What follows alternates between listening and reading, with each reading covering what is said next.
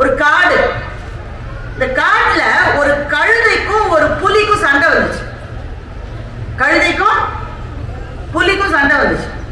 என்ன யாருமே பதில் சொல்ல மாட்டேன்றீங்க? என்ன சண்டை? கழுதை சொல்லுது, புல்லு இருக்குல்ல, புல்லு அதோட கலர் என்னன்றதுல சண்டை. கழுதை சொல்லுது நீல நிறமாக இருக்கிறது புல். புலி சொல்லுது, அறிவு இருக்கா அவனுக்கு? நல்ல கண்ணை தெரிஞ்சுப்ப, புல்லு பச்சை கலர். கழுதைக்கு ரொம்ப கோவம் வந்துருச்சு. யார் சொன்னது? நான் சொல்லுகிறேன் நீல நிறம் என்று, பச்சை நிறம் என்று சொல்லுகிறேன். நீ யார்? உன் குலம் என்ன? உன்னுடைய ஜாதி என்ன? நீ எப்படி அப்படி சொல்லலாம்? ரெண்டு பேருக்கும் சண்டை. அப்ப என்ன செய்யறாங்க?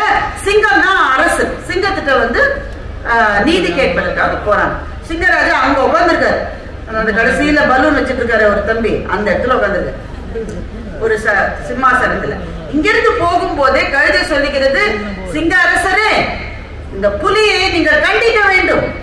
இந்த புல்லின் நிறம் பச்சை என்று இந்த புலி சொல்லுகிறது. நீங்கள் சொல்லுங்கள் நீல நிறம் என்று நான் சொல்லுகிறேன். சரியான தீர்ப்பை வழங்குங்கள். சிங்கராஜா அங்கிருந்தே சொல்லிட்டாரு, நீங்க இவ்வளவு தூரம் வந்து இவ்வளவு தூரம் நடந்து கஷ்டப்பட வேண்டாம். நான் தீர்ப்பை இப்போதே சொல்லுகின்றேன். புல்லின் நிறம் நீலம்தான் என்று சிங்கராஜா சொன்னார். கழுதைக்கு சந்தோஷம் தாங்கல. பத்தியா பத்தியா பத்தியா தீர்ப்பு எனக்கு வந்துருச்சு பத்தியா.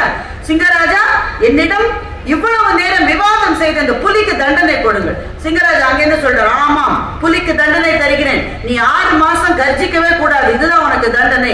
Case dismissed. கழுதை சந்தோஷமா போயிருச்சு. இந்த புலி சொல்லிச்சு, 6 மாசம் நான் கர்ஜிக்க வேணாம்னு சொன்னீங்க, அந்த தீர்ப்புக்கு நான் கட்டுப்படுறேன்.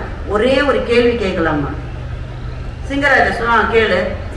இந்த புல்லினுடைய நிறம் என்ன? பச்சை தான். அடப்பா, இப்பதான நீலம்னு சொல்லி தீர்ப்பு கொடுத்தீங்க. நீங்க தீர்ப்பு கொடுத்தது கூட பரவாயில்ல, தண்டனையை எனக்கு கொடுத்தீங்களே, எதுக்கு? உனக்கு எதுக்கு தண்டனை கொடுத்தேன்னு நினைக்கிற நீ? கழுதையோட எல்லாம் ஆர்கியூ பண்ணிட்டு இருக்கிய.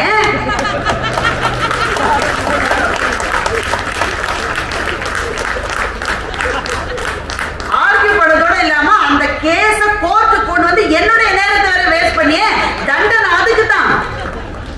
கழுதை ஒரு சாதாரண உயிரினம், புலி பெரிய, அப்படி அதை பார்க்க கூடாது. குறியீடுகள் தேவையில்லாமல் யாராவது நம்மிடம் வந்து அவர்களுடைய கருத்துக்களை திணிக்கிற போது அவங்க கிட்ட, இப்போ நம்முடைய சோசியல் மீடியால அதுதான் நடந்துட்டு இருக்கு. கடுமையான போர்கள். எதற்கு என்று பார்த்தால் நம்முடைய நேரத்தை தின்கிற விவாதங்களாக அந்த விவாதங்கள் மாறிக்கொண்டே இருக்கின்றன.